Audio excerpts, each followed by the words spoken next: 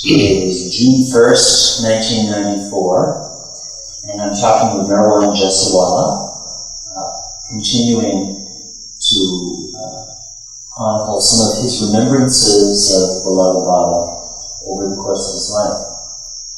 In the last taping session, we had talked about some of the early episodes of the Blue Bus tour with Baba, which Meherwan had joined in Mandla.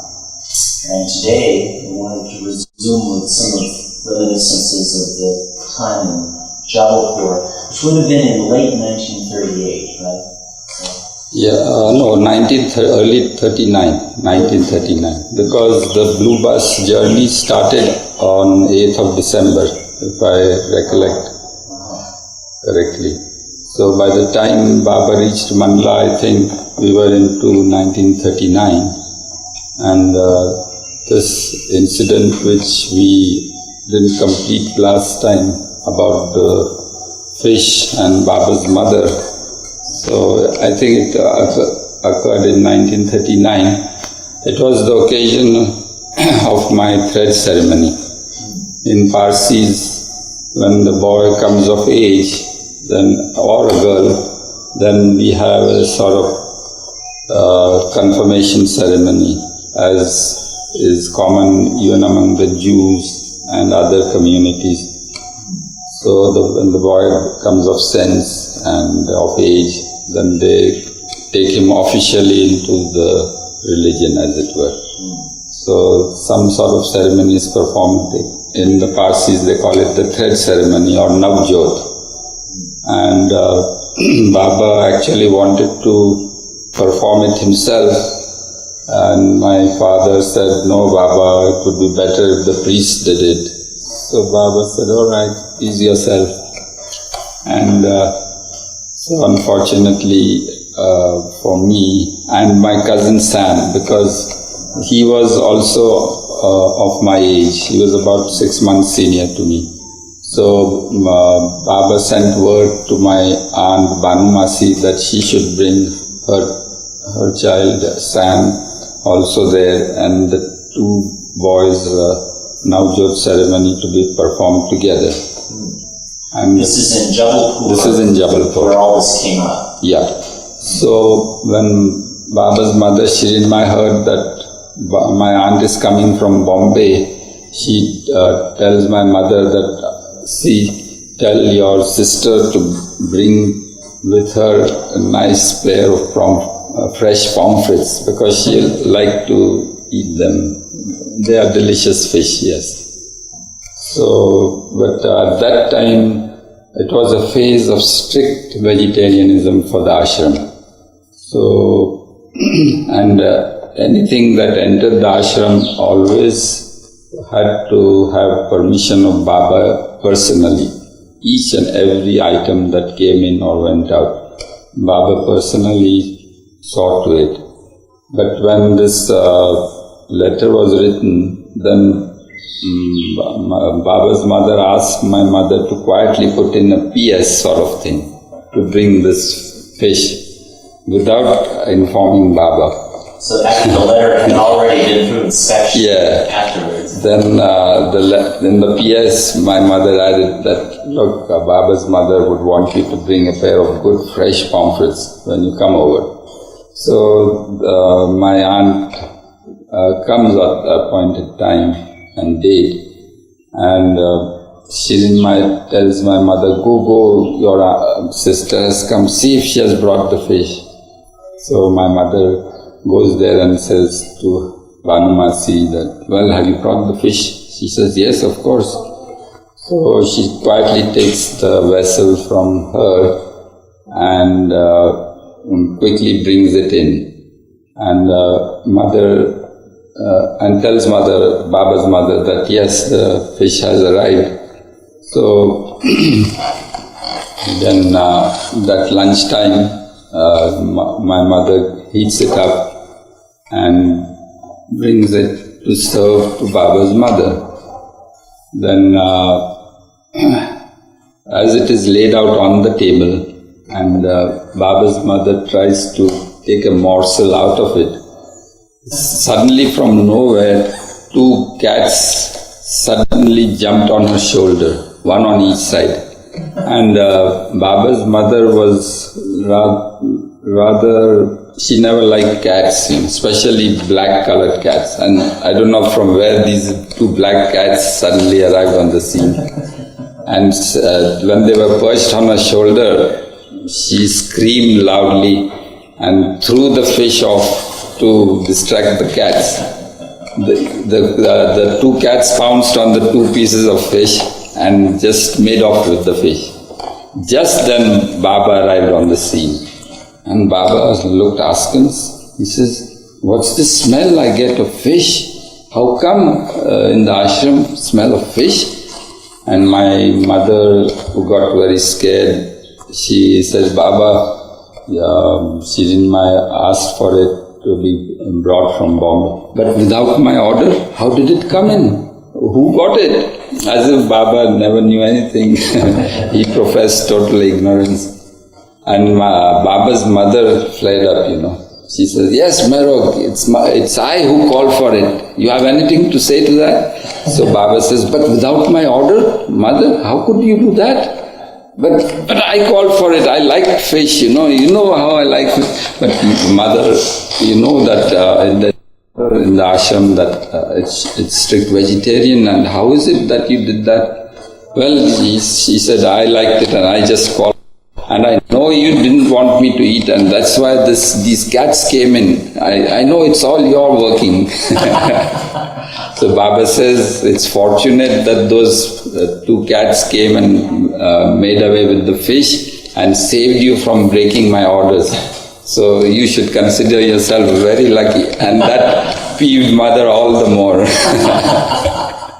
So it was a very funny incident, but it brings home to us how Baba takes care that his orders are not violated. Yes, so the timing of the incident, the cats coming on the scene, Baba arriving there, and pointing out that his order is all important, even for his mother. So that's what brings home to us that point very clearly. It seems like only his mother would have the audacity to try such a thing. Yeah, well, she had the prerogative of being his mother, and Baba always allowed her to have those prerogatives. But despite that, Baba had certain restrictions on her which she used to follow, yes. But still, mother is after all mother, yeah. So it reminds me of earlier days when my mother first joined the ashram and at Meherabad, and she says that she asked my mother to be of service to her, and Baba told my mother that she should serve Baba's mother and do whatever she said. So one funny incident that my mother told me was that once she was just massaging Baba's mother's feet. It was evening time, and Baba just suddenly happened to come in. And so Baba's mother got up. Then Baba says, inquired something, and he said, "Mother, I would like to sit on your lap today." So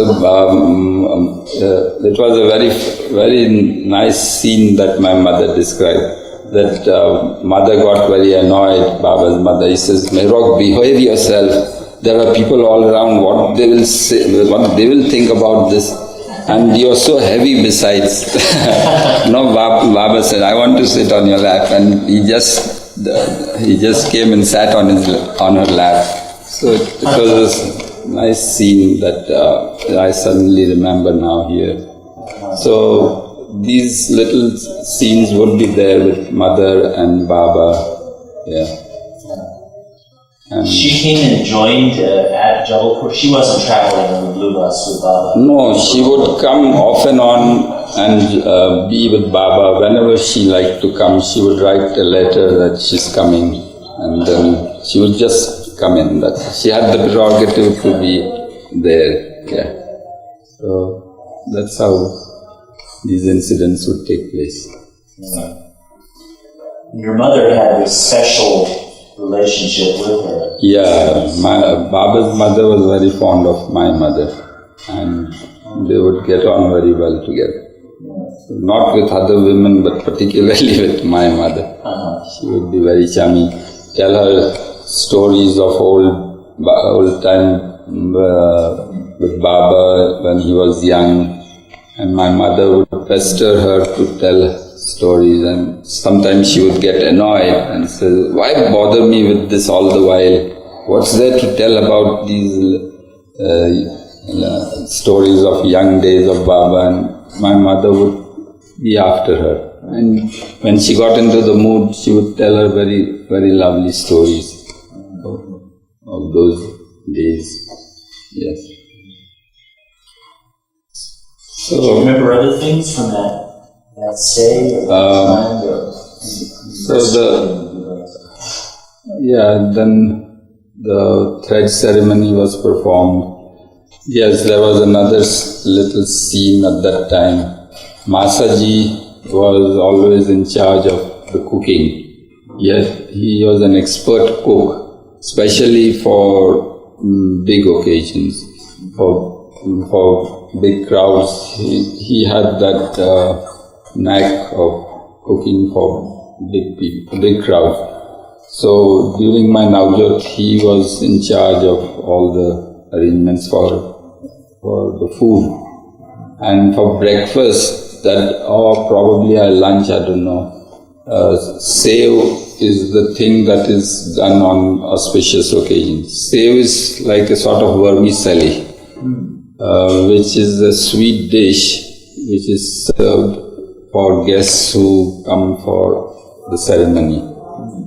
So Masaji had ordered out these packets of vermicelli, and he had laid them aside in the kitchen for the next day for cooking the sev, and the quantity of water to be used, the sugar, everything he would measure out. He knew the proportions. So in the night, my mother and Bhanumasi were just going around the kitchen, and Bhanumasi happened to ask her, "What are these packets?" So my mother said, "It's Masaji is going to cook sev tomorrow." But so many packets, Masaji has a big hand. I think we'll take away some packets from here. So she took out 3 or 4 packets from the lot that were kept there. And the next day Masaji made that sev, and the proportion was all messed up. So it became very slurry, And somehow he came to know that some people had been into the kitchen and removed the packets. And when he came to know about it, he just flared up. He came with that big spoon which is meant for stirring to hammer Bhanumasi for spoiling his sev and his reputation. Because Baba said, "What is this sev? It's all like dal. What have you made?" So Masaji was very peeved. Masaji had a very nasty temper. But after flaring up, then he would forget everything. He was a strong, hefty person with a big moustache, and I still remember him. But a very lovable person, nevertheless. So Baba was there at your thread ceremony, but he didn't officiate, although he wanted to do that. He was there during the thing. Of course, not with all the crowd, but seen from somewhere, I don't know, I'm not so sure about it, but he was in the same premises. So this was a pretty big, it sounds like a lot of people were there. Yeah, quite a few people had come. There was, Jal Kerawala was one of our close family friends, and he was a big government officer there. So because of him also many other people had come of good standing and reputation. So it was a big occasion, I remember that. And then Baba called us inside, and I remember Mera gave us as presents Baba's photo in a marble frame. So one to Sam and one to me. Yes, so I remember that. Do you still have those photos sometimes? Well, for many years we had them, but I don't know now. Yeah. But blessed by Baba, yeah. So that was Jabalpur. Then Baba wanted to carry on with his bus journeys, and it was time for me to be entered into a school, because at that time the schools were to reopen. So Baba then ordered all the family to stay behind. Even Daddy was called back from Bombay, and Daddy, Sam and myself, all three were entered into a school in Jabalpur. And Baba proceeded on with his bus tours. And we entered school, and we were there for quite a few months. And then some time later, we received Baba's call that we should leave everything and again join him in Bangalore. Your whole family had been staying in Jabalpur? Is that? Yes. My mother, my two sisters, myself, Banumasi, Dadi, Sam, all of us were there. Yeah, your father was Swanat, of course, was with Baba. Yeah, he is with During these stays, would you have much to do with Erich, or was he so occupied that essentially he was... Well, most of the time he was with Baba, but he would be sent off and on back to the family when there was no work, or probably Mastoors had started then, I think. So after a big session of a Mastoor, I think he would be sent back here to the family, would be with us for a few days. Baba would call him back. So Erich would keep moving back and forth to the family until right up to New Life. Oh. Yeah. Erich would come and stay with the family off and on.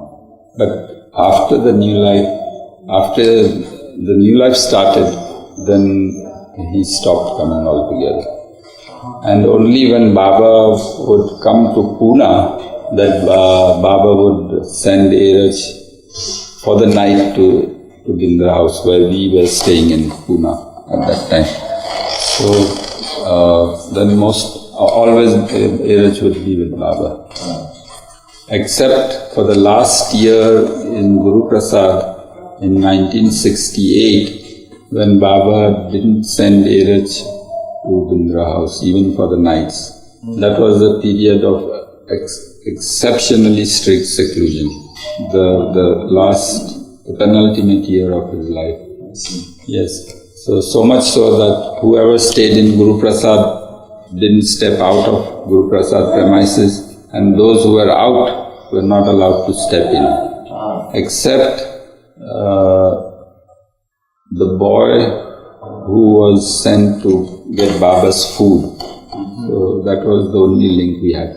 But we could telephone from outside and give news or talk with Erich on the phone, but not allowed to get into Guru Prasad. So the seclusion extended to the entire household for that period? For all Pune lovers and all lovers of Baba. Nobody was allowed to go into Guru Prasad. So those darshans that had been held in the summer months? Nothing. Baba, when he entered Guru Prasad, we were out. We never saw him. And when he left Guru Prasad in the car, we were standing at a side gate and given instructions that when the horn was blown and the car left the compound, only then we could enter. So we couldn't see Baba. It was that strict. That was the time when that chair was there and nobody was allowed to touch it. Baba was working on it. Yes. So, those are the later days. So as I was saying, Erich would keep coming to the family off and on and join us and go back when Baba would call him again. So that used to be how Erich stayed with us. Was that a nice event for you all? Fresh news from Baba? Yeah, when Erich came, we got all the news, all about must trips and all the different incidents that would occur. Unfortunately, nobody ever thought of recording all these, so we didn't have that sense at that time, So all that is lost actually. Yeah. Well, you were living it. Why record it? Yeah, that's how it was. But still, there were some people who had that sense of taking down notes or something and recollecting things later on, which we missed, So that's unfortunate. So Baba then called you to come to Bangalore, which would have, I think, been... Yeah, Bangalore was 1939. The war just was started, I think. The Second World War started, and we were in Bangalore. It was in the bungalow called the Links. It was a palatial bungalow of some royal family or what, I don't know. Very beautiful place. And overlooking the golf links. There was a very beautiful golf course just across the road. That's why the bungalow was called the Links. Was this a little bit outside? Yeah, no, it was in Bangalore, but out in the open, far away from the congested part of the city.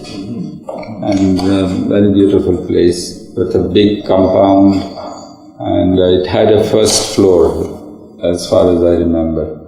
And the first floor was all of wood. It was a dancing floor made of timber. So, yes. You had ballroom dancing? Yeah, something. Big hall was there, and it had this polished wooden floor all over. But the disadvantage of that was that Baba entered into seclusion when in the Links, and at one time he wanted that there should be not the slightest sound.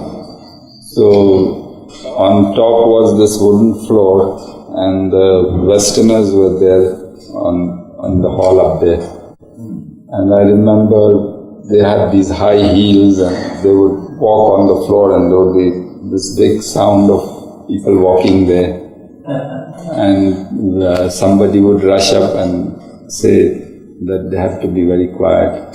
So it was a sort of a disadvantage to have a wooden floor there. Yeah. Bangalore, I gather, has a very nice climate and is generally quite a lovely city. Yeah, it has a very English climate, as they call it. So when the Westerners were all there with Baba, they said, Baba, this is an ideal place to settle down. Baba went along with them. Baba said, yes, I too like this place very much. So let's make this our headquarters now, for all time. So then the idea of a universal spiritual center was mooted, and Baba encouraged everybody. So a big landowner gifted a huge estate to Baba called Beramangla. It was a place about, I think, 15 to 20 miles off Bangalore, and it was a vast open space, I think a couple of square miles in area. It was gifted to Baba, and Baba said now he had decided that this universal center should be built here. So a date was set for the groundbreaking ceremony, and I still remember it was a very big event. Baba had sent invitations to all the elite and the big shots there, even the Diwan of Mysore. Yeah, he was like the Prime Minister, it was the Mysore state. So Diwan was like the head of the administration there, and he was a very influential person. So even he was called as a guest of honor. So Baba was quite well known at this time in that part of India. Oh yes, Baba was quite well known, but he wouldn't allow much public to meet him. It was a restricted sort of audience that he would ever give. But still, it wasn't very secluded at that time. So he would be available for small darshans and all that. Yeah. And at that time, of course, there was this big anti-movement from Colonel M.S. Irani. So, yeah, he was very active then. And he took upon himself to pursue Baba wherever he was. So he would come over and reserve big halls and give speeches trying to expose Baba's fraud and all that. So, the Mandli would want to give replies or stop this activity, and Baba would never allow them to do that. Baba said, "This is free publicity for me," as it were. Not exactly that word, but Baba would say, "No, he's doing great work for me. By doing all this, more people are hearing about me than you people wanting to talk about me. So let him proceed with his work, and we keep doing our work." So because of his anti-propaganda, many people got to know about Baba. So yes, in Bangalore. So he was there, he came to Bangalore? Yeah, and then Baba sent Norina and all these people, Deshmukh, to give speeches on behalf of Baba. So there would be all these things going on. Do you remember this as a boy at the time, this sort of controversy happening? Not much, but later on, I was very small then. And then this groundbreaking ceremony was to be done. And that time also, a big group of people had plotted to sort of disrupt the whole ceremony. So they started in a car, and Padri was given some work, and he was going towards Deramangla, and he saw this car proceeding ahead of him. So he was following the car, and it was all these anti-people who were proceeding to the site and wanting to disrupt the whole thing. And they had brought all printed pamphlets, derogatory of Baba and all that, and it was all in the car. And suddenly he sees this car making a turn and turning turtle, meeting a severe accident, and all those people strewn on the ground. And he drove up and stopped there to help these people, And he found this literature all about denouncing Baba and all that. So that's how it was, yeah. And then Baba, of course, was there. A special silver spade had been made with a very fancy stool on which it was kept, made of green granite. Granite is very famous in Bangalore. Yeah, that place is full of granite, and it's exported from the country all over the world. A greenish color then? Yeah, there are several colors: green, pink, black. All these you get in Bangalore and the surrounding areas. So we have these snapshots of Baba performing the whole whole ceremony of groundbreaking. Is this a hilly part of the country, or is it flat? Or as far as I remember, it was quite flat and sort of an agricultural place. Yeah.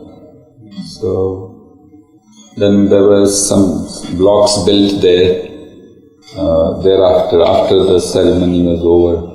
But yes, so, and then Baba said, now we must get all our baggage from Meherabad and we'll settle down here. It's nice.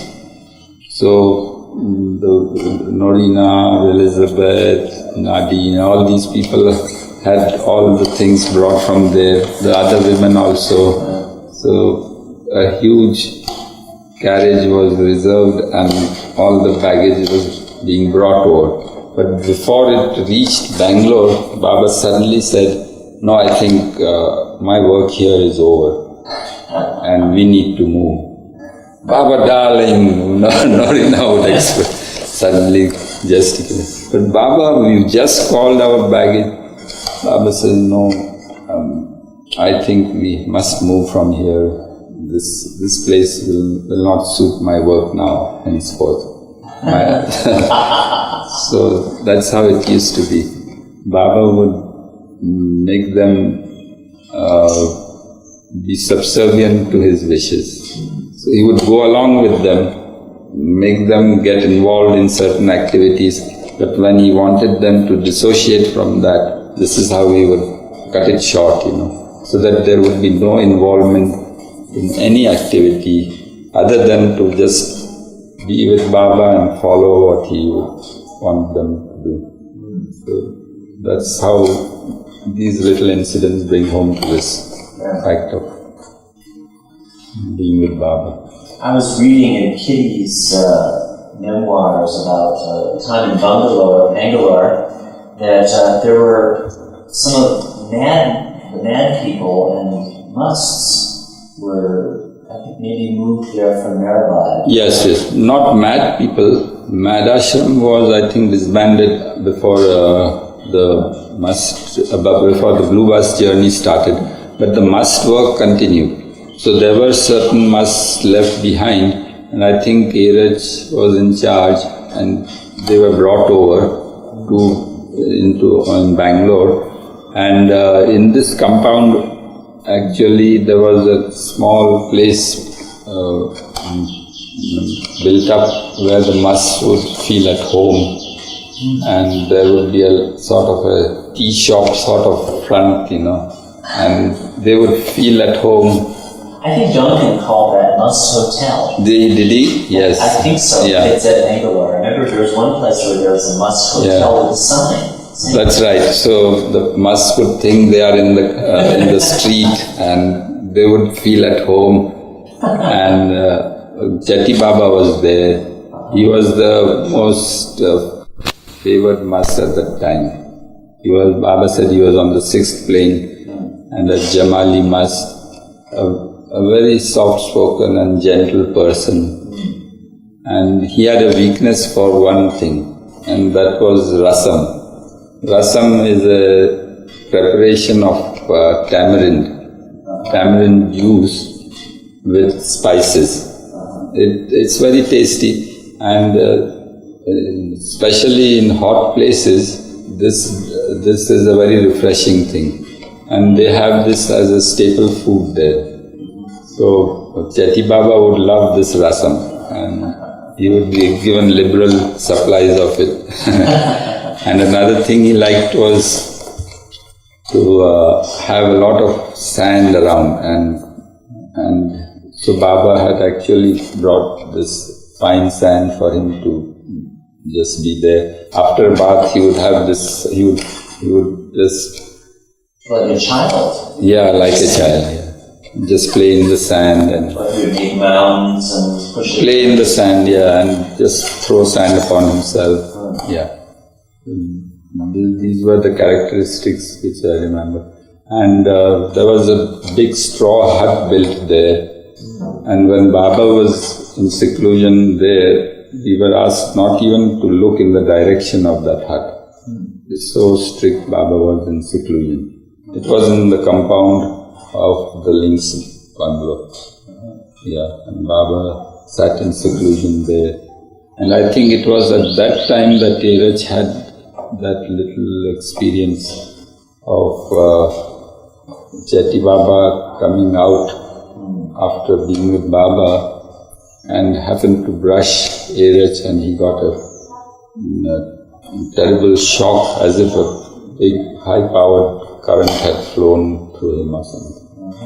If I remember right, it was at that time.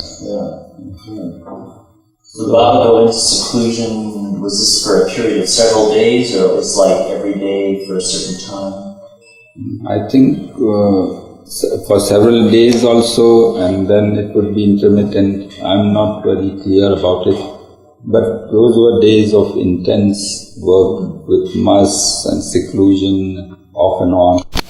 And it was the time when Baba had announced that he would be breaking his silence. One of those dates, the oft-repeated dates which kept people interested in Baba, So, one of the dates I think was in 1940 or something. So, the Baba then said that now he has decided to break that silence, but break it unto himself.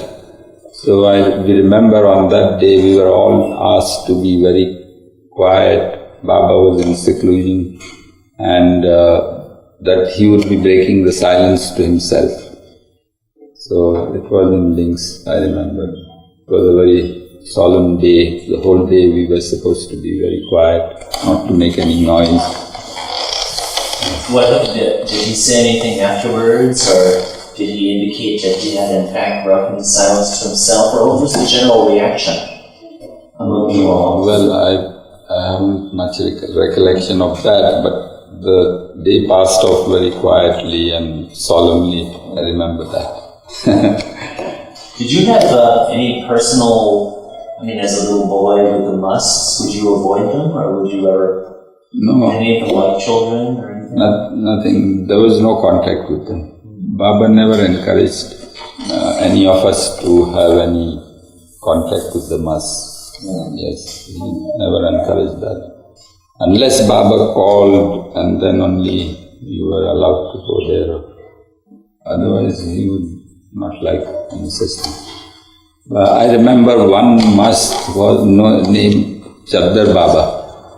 So, it was one of these periods of seclusion, and everybody would have to sit quietly in their rooms. Baba would be in seclusion for that period. And this Chadar Baba used to roam the streets of Bangalore. And Baba, I think, had mentioned he was the chargeman of Bangalore or something, if I remember right. And Kaka Bharia was sent to fetch him, and he wouldn't come. So day after day, Kaka would try and coax him to come. One day he suddenly just accepted to get into the taxi. As soon as he got in, Kaka asked the man to drive post haste, and they entered the Links compound, and Chetty Baba just was in a very bad temper, I think. He said, "Why have you brought me here into this place of Allah?" Chetty Baba was in a bed, or this month? No, this Chadar Baba. Oh. Yes. So he was a fiery person. And then he suddenly entered the ashram, the women's ashram. And he went around all the rooms, and Baba told everybody to just be quiet, not to disturb him, let him do what he liked. And if I remember right, my sister was cooking in the kitchen. He entered the kitchen, he was there. He just made a big hurried round of the whole place. Baba somehow had a contact with him, just a fleeting contact. And then he rushed back into the car and was gone. Yes. Some such incidents used to take place. Yeah. So at that time Baba would pander to the moods of the mass, and see that they are not disturbed. You would be very particular about that. Yeah. I remember the wayfarers talking about, I think, giving a bath to Chadi Baba, and how he would have bucket after bucket of water and grand and glorious. Yes. So whatever they wanted had to be supplied. Yeah. Whatever the trouble one had to take, but they had to be kept in proper mood. Because if they went off mood, then Baba's work would be spoiled. So the mandali had to be very careful with them. With all these musts there, and with all these Western women there, how would you pass off the days? Well, I was entered in the school as soon as we joined Baba there.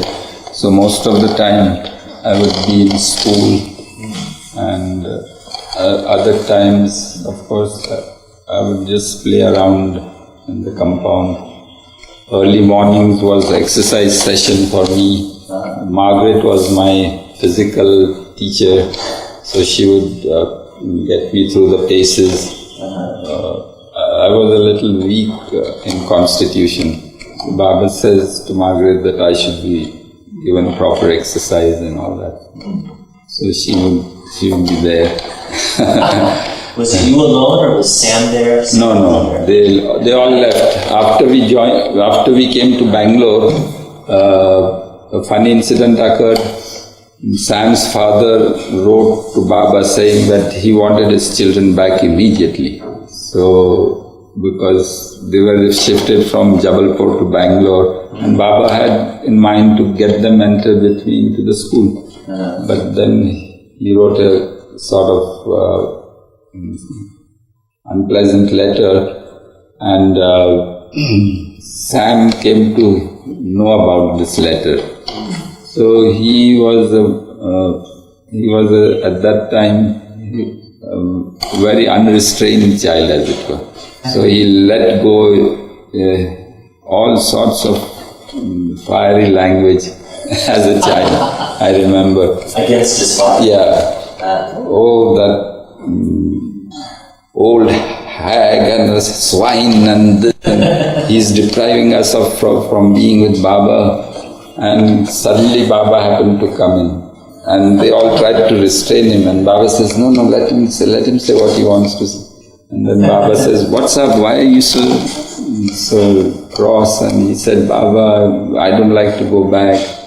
And then Baba consoled him and said, no, you must listen to elders. And somehow he coaxed both Sam and Daddy to return home. So they went back to Bombay and continued their education there. So that was the brief stint they had at the links. So you were then the only... Yeah, I was there, and then just there Baidul's family joined Baba from Iran. And so Baidul had two daughters. One was Daulat, the elder one, and another by name Sarwar. So Sarwar was about my age, a little older than me. So we both were entered into school together. So she went into the convent and I was in St. Joseph's High School there. It was a big school, missionary school. Was it hard to suddenly be plunged into a new school with a new bunch of kids? Yeah, it used to be difficult, but somehow, being a kid, I could get adjusted after a few days with new boys all around. Somehow, I would get accustomed. So would you speak English? Yes, English. It used to be all English medium, all these missionary schools. How good was your English in those days? Because with the Baba and the Westerners, of course, English would be the language. But we spoke all right. Not very good English, but you had grown up with it. Yeah, so there would be not much of a problem. And the English was taught in the school. We had textbooks and all that, so gradually my English improved. quite a bit. Yes. So it was all just natural from the beginning? Yes, it was quite natural. I read in Kitty's account further that they're it sounds like the Bangalore ashram board actually has already come out. There were a lot of people there, she talks about a lot of disciples coming there, and also all these animals. Yeah, there was a big menagerie or what I would say. And there were rabbits and a deer and monkeys. And Norina was given charge of that small monkey, I forget, Lucky, his name was Lucky. You know, it was sent in a crate by my cousin Savak Damania. So, from Bombay. He was bought there from an animal market. You have these little markets where they sell all these animals, you know. So, this monkey arrived in Bangalore, and when the case was opened, they said that as soon as this little animal, it was a tiny little monkey, so it just jumped out of the cage and headed straight for Baba. There were so many people sitting, mind you. So how it got attracted to Baba is a mystery, really. How these animals also feel that attraction for him.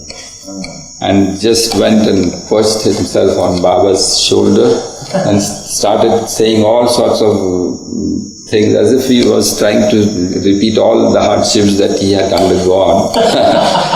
And Baba was lending an ear to what he was saying and nodding his head. They said it was a very beautiful scene to watch. And so then Norina was given charge of this monkey. And so he would mess up the place, and Norina would be there with the broom and the thing to sweep up everything. And I remember one incident. Suddenly Baba sent for Norina to come as it was. So she has this broom in her armpit and that little pan to clean the thing. And she came to Baba, and there was the divan of Mysore. And Baba says, "Meet Princess Norina." So Norina was so embarrassed, but the divan was highly impressed that here was such a big person. I mean, socially she was, and was doing this sort of a job in Baba's ashram. So for him it was a big experience. For Norina it was an embarrassment. She didn't know what Baba was doing. So this is how Baba would, in small little things, bring out all this. He must have been a man with a measure of spiritual appreciation. Yes, he was a deeply spiritual person. So much so that he would even bow down to Baba's mother. Really? Yes, my mother was saying that he was a very spiritually minded person. And he had great respect for the one who had given birth to such a divine being. Oh, so he really appreciated how great, he recognized Baba as a divine being. Yes. Well, did you know if he later on continued to have contact with Baba after Baba left? I don't know. It might be all in the records. Janji would be in touch with such people, and Norina and all. So, these were the little incidents that would occur in the ashram. Yeah. You mentioned that animals really responded to Baba. Do you remember that nice episode of Lucky? Do you remember other things like that about how? Yeah, Mani tells us about parrots and mynas and all these. They would feel attracted to Baba. Somehow, with all the people sitting there, they would head for Baba. So there must be this attraction for Baba, even in the animal world. Then there was this dog by the name of Chum. You must have heard so many stories about him. He was sent by my uncle Pilu Mama as a small little puppy. And then he grew up there, and he was really a dog of some character. He wouldn't want anybody to approach Baba. He would people. Yeah, he would just. But then when Baba would tell him, then he would be quiet. Otherwise, nobody dare approach. And Mani tells us of this incident of a calf which was there, and Baba would have 2 jawar bread brought and given. So this Cham would start chasing that calf and not allowing it to approach, to have its little piece, And they would go round and round the cabin. This was when Baba was staying in the cabin up there, next to his tomb. We have photographs of Cham and Baba there. And he was a great watchdog. Baba did a lot of work with the animal kingdom also. As Baba said, he had to work for all in creation, not just the human species. It is a striking aspect of the accounts of Baba, at least it struck me often, that there would be such a menagerie at one place after another. Yes, that's true. So we had quite a big collection of animals there, and there were a couple of pigs called Nati and Gati. Pigs? Yeah, huge. They were fed so much that they became real huge animals. I remember seeing them. And then one was a female and the other was a male. So they had a big litter afterwards, and then Baba had them given away to a good household so that they wouldn't be slaughtered. When the work was finished, then he would just send them off. Yeah. So everything was depending on what work he had to do with other different animals. So that was life in Bangalore. Then in Bangalore there was that phase of Baba wanting concerts to be performed. So what kind of concerts? It's Western music or Eastern? Not that, plays, humorous plays and other plays. Yeah. So people, all the ashram inmates had to take part in performing these little dramas. And Baba would have us perform in that big hall on the top. So it was suitable for all these dramas. And Mani was, of course, the leading person, helping several people to do several different dramas. So there were many funny things. And she hooked me into one of those little plays. And I was a very shy kid, so I said, no, I can't do that. I'll get a stage fright. So she says, no, you haven't to do much. I'll tell you, I've given you a very simple part to play. So she says that, look, you have to be a sort of a small boy who's been employed as a servant to a very rich Nawab. And all you have to do is she was to be the Nawab, that rich Nawab. And all you have to do is when I say, boy, get the tea, then you have to get this tray of tea on the stage, put it before me, and do this salute like several, these Mohammedans, they do all this sort of thing as a sort of respectful gesture, and then just leave the stage. That's all you have to do. So I somehow reluctantly accepted. So, of course, my going up on the first floor was very restricted. I used to be down only. So I was given special permission to go up and perform one rehearsal, So I was given this little basket as if it was a tray to perform, and she told me how to do things. It was just once and I couldn't follow properly, being a little kid.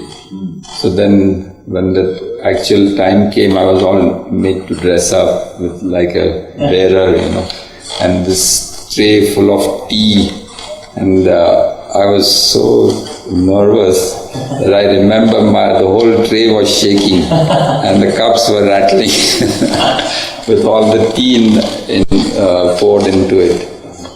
And I come on stage and Baba sees me dressed up and he's laughing away, he's so amused with the spectacle. And then, instead of putting the tray in front of Mani, I go and put it in front of Baba. So Mani says, boy, not there, here. She used to be very clever, interesting thing. But Baba was very amused with my little mistake that I did. So then I brought up there and the cup got inverted and the tea spilled there. And there was a lot of going on. And such mishaps used to please Baba more. And he would have a very good laugh. And when Baba really enjoyed something, it was a sight to watch. Baba would be all shaking up and he would be red in the face and looked very beautiful. Because no sound escaped when he laughed. But he could see that he was enjoying it to the hilt. Yes. And he would be all flushed up. Sometimes he would just rub his heels, as it were, like a small child. Couldn't contain the joy he felt, as it were. So he could enjoy the situation to the hilt. And that would bring out the best out of all of us. To see Baba enjoying something. And everybody had to perform to the best of their ability. And so it was a sort of a meditation, as it were, because they were all so keen upon what they had to do, and nothing else would be on their minds, and they would be all preoccupied with there were several dramas that had to be performed. So, just to please Baba, that was the idea. Yes. That's funny that you should bring the tray of tea over to Baba. Yes. What happened? You just came in and saw Baba and... Yeah, I just forgot the whole sequence of action and in my nervousness went and served the tea to him. And then Mani shouts, boy, you foolish fellow, come this side, you have to serve tea to me.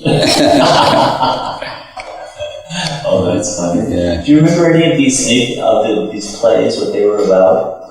All funny little things. There was Najamai dressed up as an old Parsi old man, and he had all these big sideburns and moustache of white cotton, and he's reading this newspaper as old Parsi gentlemen used to do. And suddenly one of his sideburns are falling down. So she lifts the paper up so that Baba and the audience won't see it. So Baba signs to someone that Naja, put down that paper, Baba wants to see your face. So she shouts in Gujarati, Baba, my sideburns are falling. So Baba says, put down that paper. And Baba enjoying all those scenes, So here's one sideburn fallen and she had to put down the paper and they had a mighty good laugh. And part of the moustache was dropping down. Yes, all these mishaps would please him all the more. Would the whole ashram show up for these things? Yeah, the women there. Just the women? Yeah. Men wouldn't no men were there. Oh, I see. Yes. So the inmates were sometimes the audience and sometimes performing there. After the performance, they would join the audience with Baba, and so on it went. This ashram of Bangalore was mostly women anyway, right? No, there was the ashram for the men. It was a few furlongs away, near the links, where all the men Mandli used to stay. So there were quite a few. Oh yeah, men, yes. The whole ashram had come here from Hyderabad. So quite a few men Mandli were there. But again, the separation was pretty complete. Yeah, complete. No men would come here unless Baba would call them for some work. But mainly Baba would go there for his work. Yeah. Yes. But you were staying with women? With the women. With your mother? Yes. So you stayed in a room downstairs? Yeah. There was a big hall just above the top floor and we were housed there. And Baba's room was in the front. There was a big veranda in front and a big porch and a portico, I remember, and two side rooms were there. So on one side room was Baba's room in the front and we were in the hall in the center. And every day Baba would go from his room in the morning up there, and Mera Mani used to stay on the first floor. So I would be ready for Baba, and as soon as he came, then I would bow down at his feet. You allowed that? Yeah, at that time Baba used to allow it. But somehow nobody else was doing it. Only I was doing it. Probably being a small child. So I would do that. You had that special practice where would he sort of come and stand for a minute? No, he would, while he was going by, I would just come out and he would stop. Then I would bow at his feet and then he would embrace me and then go up. So this is part of the daily routine? Yeah, it was a part of the day. Daily routine. Do you remember one day it was my birthday. So I was in school and Baba asked my mother, what does your child like to eat? So she said, Baba, he likes plain dal and rice best. So Baba tells my mother, silly, you're trying to tell me yarns. Nobody would like plain dal and rice as their best dish. So she said, all right, Baba, you ask him. So Baba tells Mani, when Meherwan comes from school, see that he doesn't meet his mother, and you accost him and ask him first what he would like to have, what is his most favorite dish. So Mani catches hold of me as soon as I get in. So before